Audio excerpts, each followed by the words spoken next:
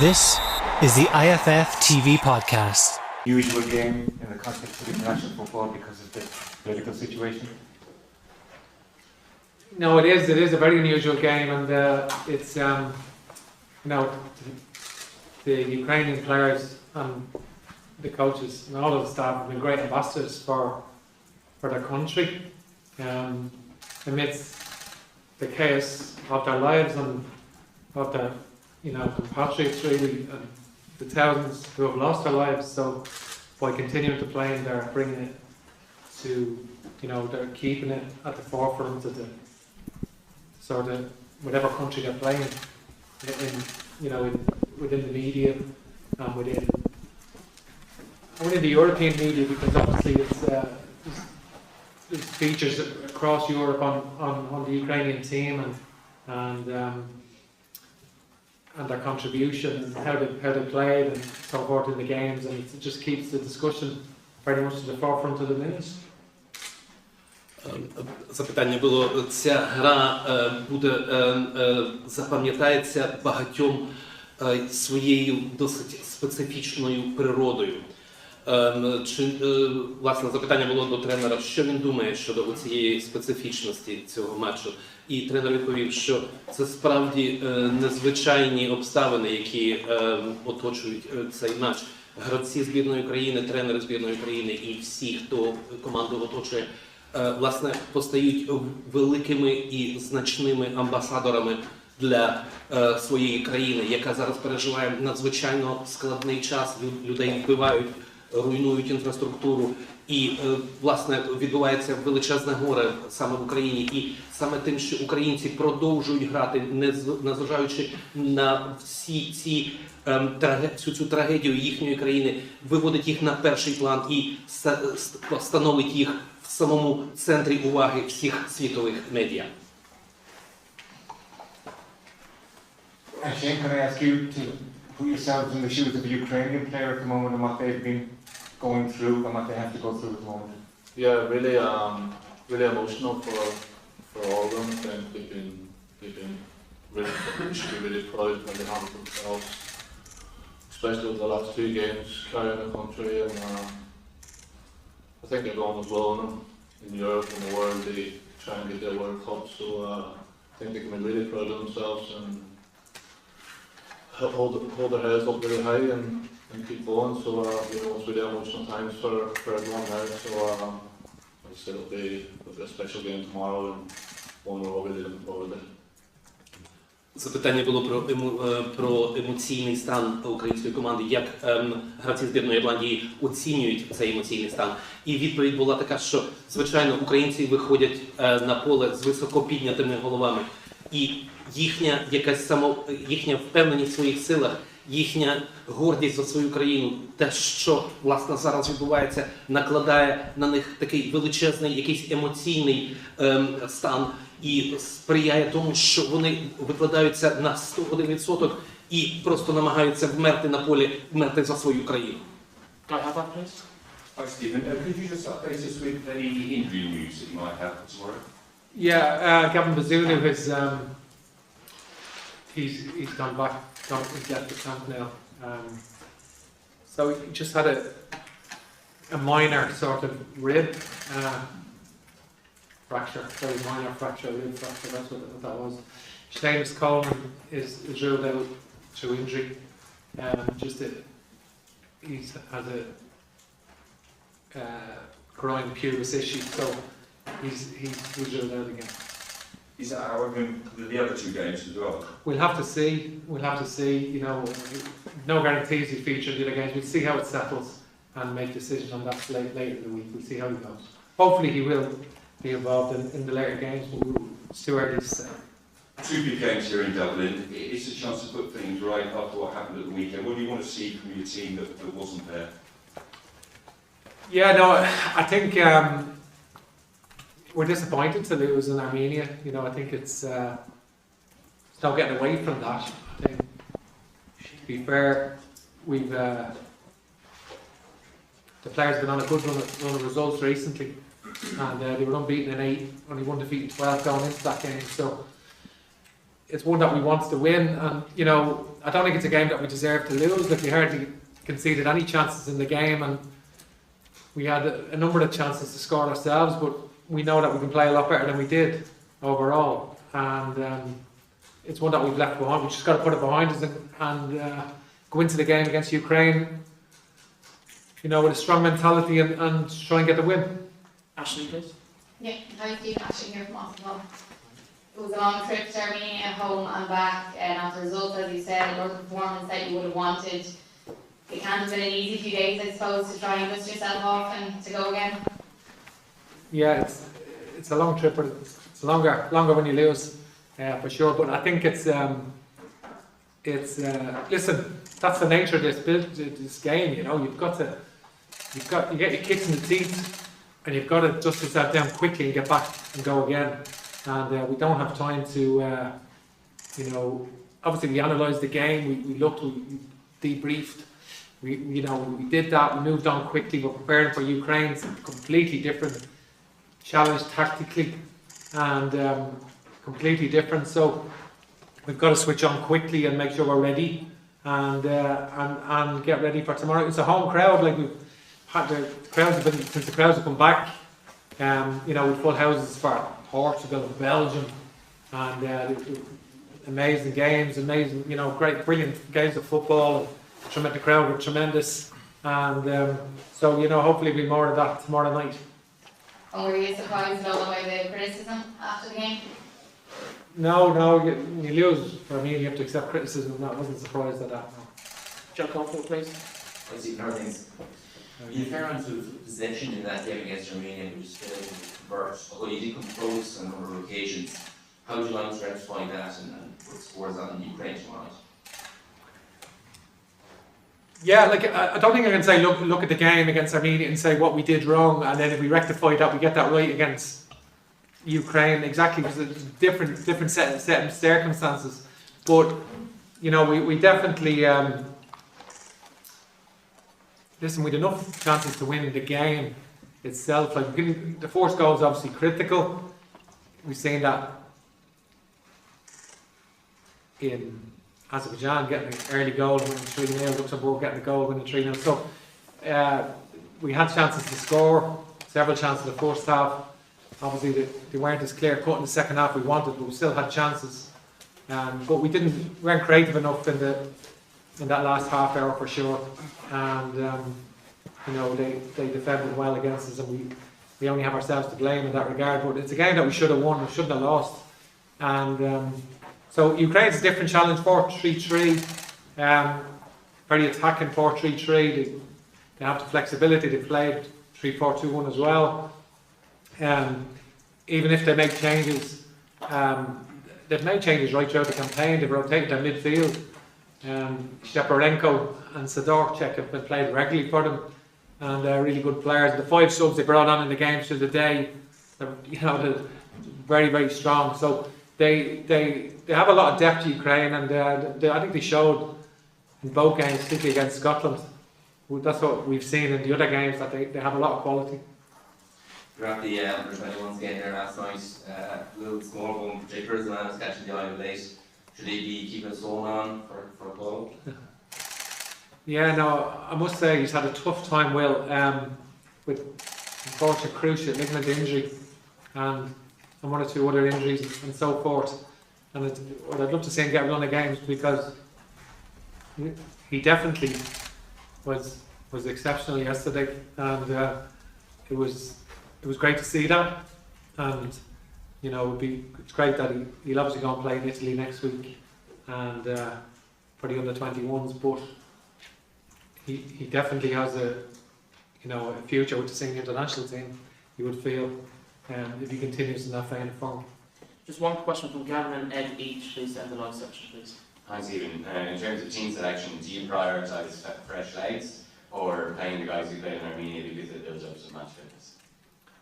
Not because they build up some match fitness. I don't think that's a factor. But I think, listen, we were on a good run of eight without winning some matches, winning numerous matches recently, and players are scoring goals. So you don't just just because we've had a setback, and it is a setback, doesn't mean completely leave half your team out because of the setback. I think, yeah, you're right, that we put freshness because maybe some players were not fully fit, having not played in 4 or 5 weeks going in, and then can they go again? So these are dilemmas, but you know, we wouldn't expect wholesale changes. I think you know, playing a match, I see your point. There's an advantage of playing a match. Someone that hasn't played should be that much sharper. The 4-day turnaround is not too drastic, you know, as opposed to between Wednesday and Saturday will be more, although we have to travel in between. There can be a big difference between 4 and 3, and I think so. I wouldn't say there'd be drastic changes after that. Final one from Ed for the live.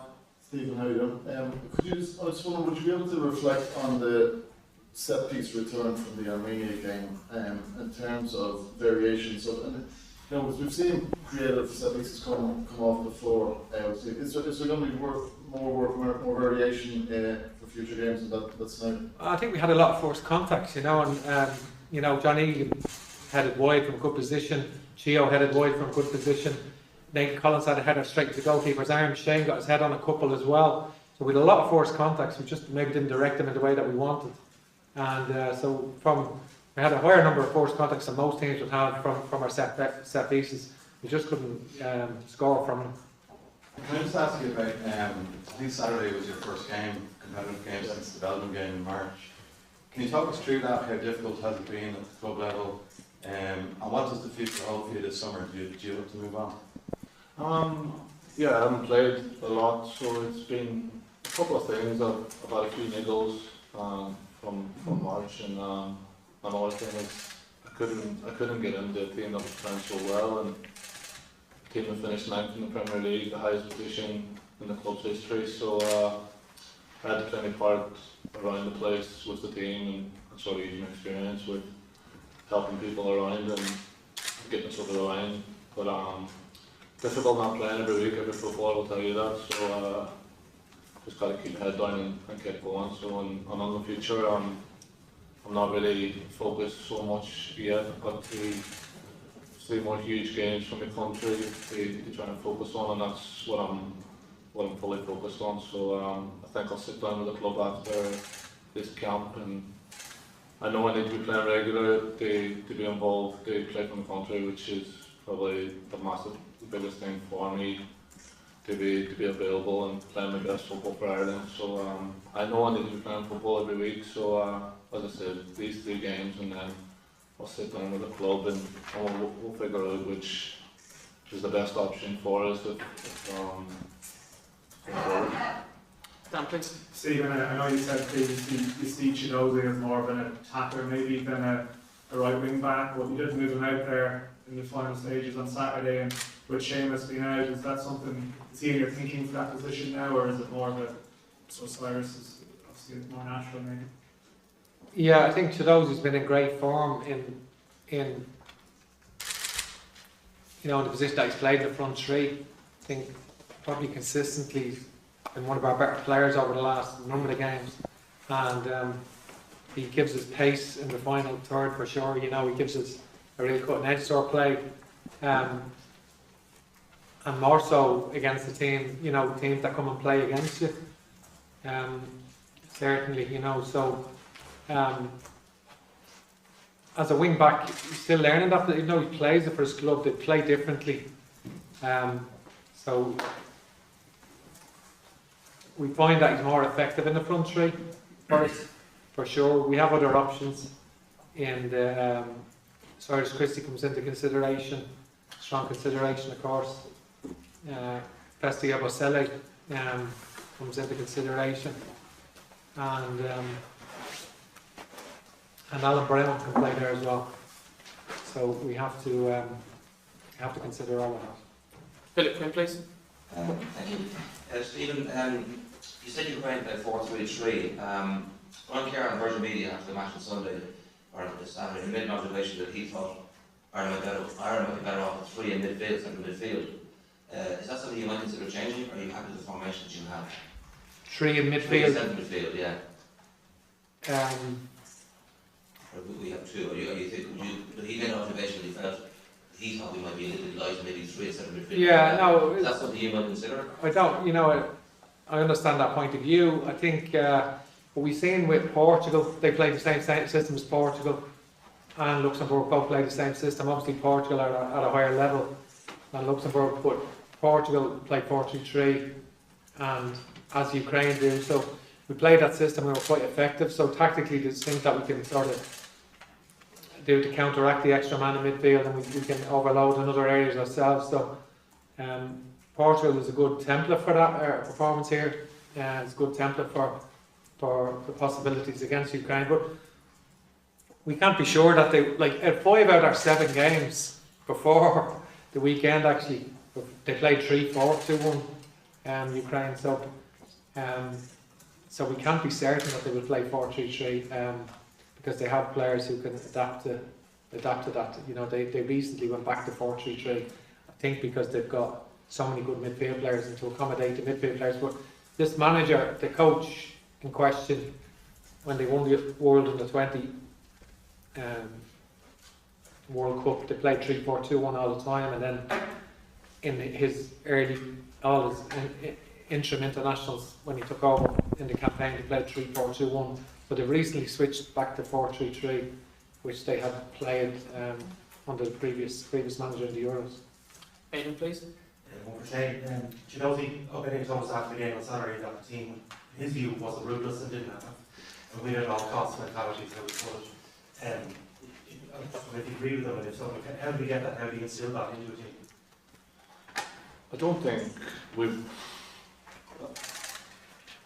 I think we always go out at all costs. I think there's some different opinions, but I think the feeling I had is that we went out there and everyone gave everything in the game. It wasn't for the lack of effort and trying, and it was a night where we didn't get it right on the night, and we've got to accept that. That's what the gaffer said. We reflected on it and we put it behind us now. They move on to the big game now on Wednesday. So I think with this group we've got, it's a really special group with players who can bounce back. We've got a really good characters in there with young and experience. We've come together really well, and we talk. We're really close to each other, and I think that's good for moments when we did it on Saturday where it wasn't our night and we didn't get what we wanted. So we've bounced back. We've stuck together in the camp all week, and we're really excited. I think we've got a really strong squad. They help each other out, and that's what we're looking to do going forward tomorrow night. Get the final 2 questions from Paul and then Stephen, you're saying that you don't make calls there of changes, but are you looking at maybe a track at one area to make changes in the second half? That area of the team failed quite significantly as the game went on. And just a second one then, even if the Ireland under-21 situation is resolved on Thursday, as it may be, with the Sweden Italy game, would you then be tempted to bring in Will Small home? On the first one, it's one of the significant things that's helped us in all the matches recently over the period. So has been the impact of our substitutes been positive. I think obviously Jason Knight in Luxembourg tried part in the last game. Alan Brown coming on getting the equaliser against Belgium, and going back a bit, substitutes and coming on making a positive impact. But probably it's the first game that didn't happen to us. You're looking at it, so it wasn't that we failed so much. When we made the changes, we didn't have the impact that we would have wanted. So I'd say that's something that we get a criticism that can be levelled at us for sure. The Will Smallbone situation, have to reflect on it. He's had a good game yesterday. Just want to focus on playing well against a really good Italian team and see how he gets on. I'm not in a hurry to make too many changes here at the moment. Finally, Alan, please. Stephen, what are your ambitions for this Nations League? Is tomorrow must win or must not lose? Listen, we want to try and win the game. Ukraine, whatever team Ukraine put out, they'll be top class players. They play with swagger, and they have a lot of high technical level. it's a game we want to win. We have a passionate crowd here that'll help the players, and we want to try and win the game, and we'll do everything. As you said, we had a setback. We're disappointed with ourselves on Saturday. We want to bounce back in the right way tomorrow night.